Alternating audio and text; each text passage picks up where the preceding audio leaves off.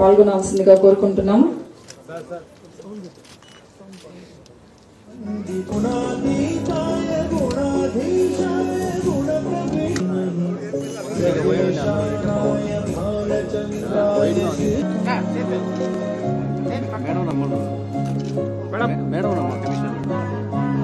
నా పరిసరాల పరిశుభ్రత కొరకు ప్రతిరోజు కొంత సమయం కేటాయిస్తానని నా వంతు కృషిగా స్వచ్ఛతా కార్యక్రమాల కొరకు శ్రమదానం చేసి పరిశుభ్ర ఆంధ్రప్రదేశ్ సాధించే సంకల్పానికి కట్టుబడి ఉంటానని ఈ రోజు పరిశుభ్రత గురించి నేను వేసిన ఈ ముందడుగు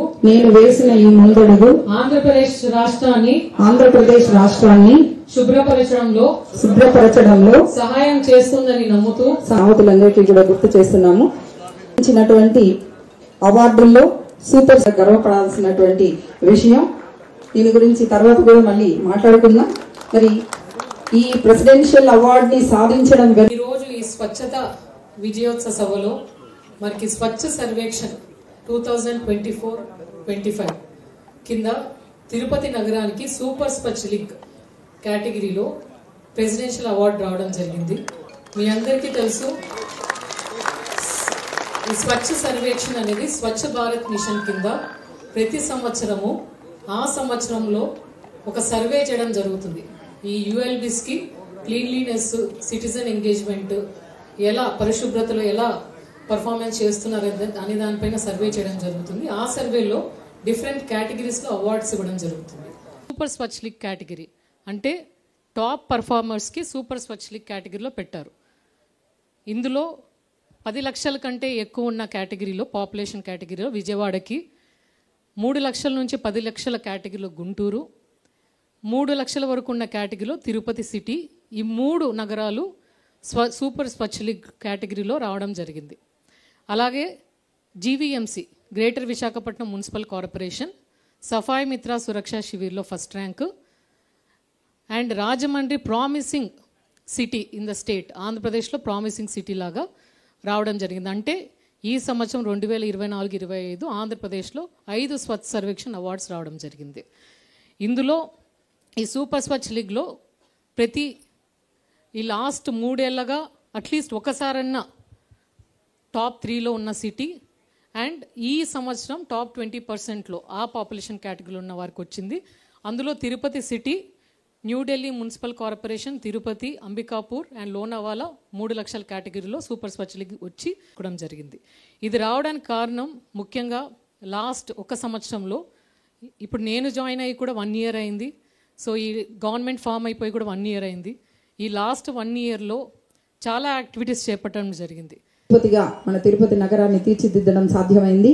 దీనికి గాను కృషి చేసిన ప్రతి ఒక్కరికి కూడా సభ సందర్భంగా వారికి కృతజ్ఞతలు తెలియజేసడానికి ప్రధాన కారణమైనటువంటి గ్రౌండ్ లెవెల్లో వర్క్ చేస్తూ ఈరోజు శ్రీకాళహస్తిలో కమిషనర్ గారు, శానిటేషన్ వర్కర్స్ గారు, డిపార్ట్మెంట్ అందరు కలిస్తే ఏ రకంగా ఒక 5 star rating for clean and green Tirupati తెచ్చుకోవచ్చు అనేదని కనిపిస్తుంది. అందరికి దయచేసి మనం గొమ్మన కూర్చోకుండా వీరికి వారికి శానిటేషన్ వర్కర్ అందరూ గట్టిగా ఒకసారి తప్పట్లు కొట్టాలా. ఇది మాత్రం చంద్రబాబు నాయుడు గారు గట్టిగా నిలబడాలి. ఎందుకంటే ప్రతి ఒక్కరి కష్టం ఉంది. ఎందుకంటే ఈరోజు ఆ కష్టం వెనకాల ఆవిడ ఉన్నా కింద కష్టపడి క్లీన్ చేసి ఎవరు చెత్త వేసినా ఓపిక్గా ఎత్తి దాన్ని బిల్లు వేసి అవన్నీ మీరు చేస్తున్నా. దయచేసి తిరుపతి వాసులను కూడా కోరుకుంటున్నాను, మీరందరూ కూడా మనలో ఒక మార్పు వచ్చింది కాబట్టి ఈ రకంగా ఈరోజు గ్రీన్ అవార్డు వచ్చింది. అలాంటి మేము కూడా కాళహస్తి వాసులను కోరుకుంటున్నాం, ఎక్కడ కూడా చెత్త వేయద్దండి. అలానే మేడంని స్పెషల్గా రిక్వెస్ట్ చేస్తున్నాం, అమ్మ మీరు ఒకరోజు మా కాళహస్తి రావాలా, అక్కడ కూడా మున్సిపాలిటీలతో కూర్చోవాలా, ఎలా చేస్తున్నారని మాకు కూడా మీరు అడ్వైజ్ చేస్తే మనందరం కూడా కూర్చొని నెక్స్ట్ మీతో పాటు మేము కూడా కాళహస్తి కూడా కాంపిటీషన్లో ఉంటామని చెప్పి తెలియజేసుకుంటూ థ్యాంక్ యూ అన్నారు. మన స్వర్ణాంధ్ర స్వచ్ఛాంధ్రలో భాగంగా తిరుపతి పట్టణానికి రాష్ట్రంలో 5 నగరాలు అవార్డు వస్తే అందులో తిరుపతి కూడా ఒకటి రావడం, ముఖ్యంగా ఒక ఇంటికి యజమాని ఎలా అజమాయిషీలో ఉంటాడో ఆ ఇంట్లో ఉన్న సభ్యులు ఎలా తీర్చిదిద్దాలో వాళ్ళు అదే విధంగా మన కమిషనర్ గారు కూడా తీర్చిదిద్ది ఈ అవార్డును తిరుపతికి తేవడం చాలా సంతోషం. రాష్ట్రపతి చేతుల మీదుగా అవార్డులు అందుకోవడం కూడా చాలా సంతోషం అనేసి కూడా ఇది తిరుపతికి కమిషనర్ ఒకరికే కాదు, కార్మికులకే కాదు, ప్రతి ఒక్క పౌరుడికి కూడా ఇది ఒక అదృష్టం అనేసి కూడా భావించుకుంటూ మనం ఎలా శుద్ధంగా ఉంటామో, మన ఇల్లు ఎలా శుద్ధంగా పెట్టుకుంటామో అదేవిధంగా మన పట్టణాన్ని, మన పరిసర ప్రాంతాలని కూడా పరిశుభ్రతతో పెట్టుకుంటే మన తిరుపతి నగరం చాలా అద్భుతంగా తయారవుతుందనేసి కూడా తెలియజేసుకుంటూ దానికి ప్రతి ఒక్కరూ అంకిత భావంతో పనిచేయాలనేసి కూడా తెలియజేసుకుంటూ ముఖ్యంగా ఈ యొక్క విజయోత్సవ సభ జరుపుకొని కష్టపడిన కార్మికులకు వాళ్ళకి బహుమతులు, వాళ్ళని సన్మానం చేయడం చాలా సంతోషం. మన 19వ తారీఖున మన ముఖ్యమంత్రి గారు కూడా కలిసి స్వచ్ఛాంధ్రలో భాగంగా కపిలేశ్వర స్వామి ఆలయంలో పారిశుద్ధ కార్మికులతో కలిసి ఈశ్వర దేవాలయంలో కూడా పరిశుభ్రత చేయడం మనకంతా తెలిసిందే. ఆ రోజు కూడా ప్రజావేదికలో మొమెంటోలు ఇవ్వడం, బహుమతులు ప్రదానం చేయడం, వారిని అభినందించడం జరిగింది. అందులో భాగంగా ఈరోజు మన కార్పొరేషన్ పరిధిలో అందరికీ ప్రతి ఒక్కరు కూడా చేసిన ప్రతి ఒక్కరిని రమ్మని ఈ యొక్క కార్యక్రమాన్ని నిర్వహించడం చాలా సంతోషం అనేసి కూడా తెలియజేసుకుంటూ, మిత్రులారా, స్వర్ణాంధ్ర అని చెప్పేసి ఒక మంచి సంకల్పంతో ప్రతి 3వ శనివారం తప్పకుండా పుర సభ్యులతో పాటు రాజకీయ నాయకులు, కార్మికులు అందరూ కూడా భాగస్వాములై ఆ ప్రాంతాన్ని పరిశుభ్రంగా మెయింటైన్ చేస్తూ ఆ మెసేజ్ని మన చుట్టుపక్కల ప్రాంతాలకు పంపించే దిశగా ఈ యొక్క కార్యక్రమం రూపకల్పన చేసినటువంటి నాయకులకి ముఖ్యంగా మనం అభినందన తెలియజేసుకోవాలి. ఎందుకంటే నాయకులకి ఒక ఆలోచన వస్తే ఆలోచన ఆచరణలోకి వెళ్ళాలి. గౌరవనీయ ముఖ్యమంత్రి గారు ఏదన్నా ఒక ఆలోచన వస్తే దానికి ఒక కార్యాచరణ పెట్టుకుని దాని రూపకల్పన కోసం, దాని ఆచరణ కోసం నిత్యం కృషి చేస్తూ తద్వారా ఒక మంచి జీవన పరిమాణం ఇవ్వాలి లక్ష్యంతో వారు ఎప్పుడు కూడా పనిచేశారు. 2014లో ఈ యొక్క కార్యక్రమం స్వచ్ఛ భారత్ అనేది అప్పుడు నరేంద్ర భాయ్ మోడీ గారు, ఇక్కడ చంద్రబాబు నాయుడు గారు, అప్పుడు పవన్ కళ్యాణ్ గారు, అప్పుడు కూడా కూటమి ఉండేది, అప్పుడు స్టార్ట్ అయినటువంటి కార్యక్రమం ఇది. పరిశుభ్రం అంటే మన పరిసర ప్రాంతాలన్నీ కూడా శుభ్రంగా ఉంటేనే ఆరోగ్యంగా ఉండగలం, మనము మన భావితరాలకు ఒక మంచి మెసేజ్ ఇవ్వగలం చెప్పే లక్ష్యంతోనే ఈ యొక్క కార్యక్రమం 14-19 చేసినటువంటి విషయం మీ అందరికీ తెలిసిందే. ఈరోజు ఈ ఆంధ్ర రాష్ట్రంలో 5 ప్రాంతాలు, విజయవాడ, గుంటూరు, రాజమండ్రి, విశాఖపట్నం, తిరుపతి, అంటే హయ్యెస్ట్. ఇప్పుడు వాళ్ళు చెప్పినట్టు ఇంకా పెద్ద అవార్డు అన్నారు పెద్దలు, ఇప్పుడే శ్రీనివాస్, ఇంకా పెద్ద అవార్డు రావడానికి కూడా ఇది హయ్యెస్ట్ అవార్డు. అంటే అంత కష్టపడ్డారు మీరందరూ కూడా. 2500 మందికి వర్కర్స్ ఉన్నారు, దాంట్లో 1018 మంది కేవలం శానిటరీ వర్కర్స్ ఉన్నారు, దాంట్లో 50% మహిళలు కూడా ఉన్నారు. ఉదయాన్నే 5 నుంచి 11 దాకా, మళ్ళీ మధ్యాహ్నం 2 నుంచి 5 దాకా, అంటే ఎంతో కుటుంబ బాధ్యతలు ఉంటాయి.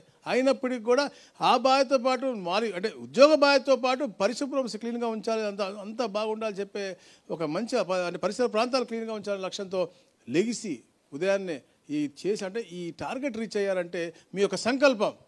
చంద్రబాబు నాయుడు గారు ఒక సంకల్పంతో ఈ రాష్ట్రానికి కోసం పనిచేస్తున్నారు, మీరు కూడా మీ తిరుపతి కోసం అంత గొప్పగా పనిచేస్తుంది. మీ అందరూ కూడా ప్రత్యేకంగా నా యొక్క అభినందన తెలియజేసుకుంటా ఉన్నాను. ఇలాంటి అవార్డులు అంటే ఇప్పటికప్పుడు వచ్చిన ఇదే మెయింటెనెన్స్ కూడా మనం చేయాల్సిన అవసరం. ఎందుకంటే మంచి అధికారులు ఉన్నారు, మీకు కావాల్సిన ప్రతి ఒక్కటి కూడా సమకూర్చే బాధ్యత మాది. చంద్రబాబు నాయుడు గారు మొన్న కూడా చెప్పారు, ఇక్కడ ఇంకా సమస్యలు ఉన్నాయి, ఏవైతే డ్రైన్స్ ఉన్నాయో, ఏవైతే మీకు కావాల్సిన మిషనరీ ఉన్నాయో ఇవన్నీ కూడా సత్వరంగా మేము పరిష్కరిస్తాం, సత్వరంగా మీకు సమకూరుస్తామని చెప్పారు. అలాగే నారాయణ గారు ఒక ప్రోయాక్టివ్ మోడ్లో మీ అందరికి కూడా డ్రెస్సులతో దగ్గర నుంచి స్టార్ట్ చేసుకుంటే మిషనరీ దాకా ప్రతిదీ కూడా నూతనంగా కొత్త ఇచ్చే విధంగా కూడా వారు ప్రణాళికాబద్ధంగా వెళ్తామని మీకు చెప్పాను. ఈ రాష్ట్రంలో అప్పులు ఊబులు ఉంది, అయినప్పటికీ కూడా వెల్త్ క్రియేటర్ అయినటువంటి చంద్రబాబు నాయుడు గారు దాన్ని క్రియేట్ చేస్తూ ఈ రాష్ట్రాన్ని బయటకు తీసుకొస్తా ఉన్నారు. చంద్రబాబు అలాగే నాయకులందరూ కూడా ప్రాంతాలని పరిస్థితి మొన్న చూసాం మనం. 4 రోజుల ముందు చంద్రబాబు నాయుడు గారు వచ్చారు. రాగానే ముందు ఎక్కడికి వెళ్ళారయ్యా అంటే 2018లో ఆయన స్టార్ట్ చేసేటువంటి వేస్ట్ నుంచి ఎనర్జీ తీసుకొచ్చే పాయింట్కి వెళ్ళారు.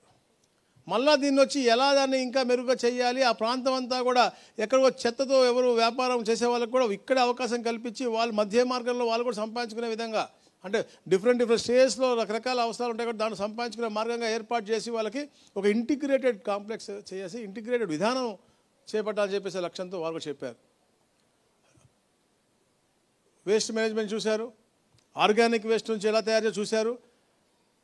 మన బిల్డింగ్ వేస్ట్ నుంచి చూడలేకపోయాం, అంటే టైం తక్కువ ఉంది సార్, మనం వెళ్ళిపోవాలి సార్, చాలామంది ఉన్నారంటే అది చూడలేకపోయారని అది కూడా బాధపడ్డారు. అంటే వారు పెట్టినది ఈ స్టేజ్ ఎలా ఉంది, మళ్ళీ ఏం చేస్తే బాగుంటుందో తపన, వారికి ఆ తపన.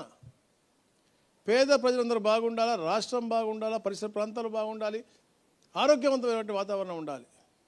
అలాగే ఈరోజు కూడా అంటే ఎందుకు చెప్తా ఉన్నా అంటే ఈ వచ్చే అవార్డుని కూడా అందరూ సెలబ్రేట్ చేసుకునే విధంగా, చర్చించుకునే విధంగా మీ అందరినీ ఇలా పిలుచుకోవడం. అంటే ఈ అవార్డు ఇచ్చే 49-50 మందే కాదు, అందరూ కష్టపడ్డారు. దాంట్లో ఎవరు మాకు రాలేదు కదా. కాకపోతే ఒక పోటీతత్వం రావాలి, అన్నీ చూసుకుని ఎవరెవరైతే అటెండెన్స్ ద్వారా అవ్వచ్చు, క్లీన్లెస్ ద్వారా అవ్వచ్చు, కొన్ని మార్కులు పెట్టారు కాబట్టి వాళ్ళకి సన్మానం చేస్తాను. దాంతోపాటు మా మౌర్య మేడం కూడా మేము సన్మానం చేస్తాం. అంటే మీరు ఇంకా బాధ్యత పెరిగి రాబోయే రోజుల్లో తప్పకుండా దీనికంటే మెరుగ్గా చేస్తానని చెప్పి నేను తప్పకుండా ఆశిస్తా ఉన్నాను. మరీ ముఖ్యంగా నేను ఇన్ఛార్జ్ మంత్రి దగ్గర ఉన్న దగ్గర ఇంత మంచి అవార్డు ఆడడం నిజంగా నాకు చాలా గర్వంగా ఉంది. దాంట్లో మేమందరం భాగస్వాములు అవడం నిజంగా చాలా సంతోషం అని చెప్పి తెలియజేస్తాను.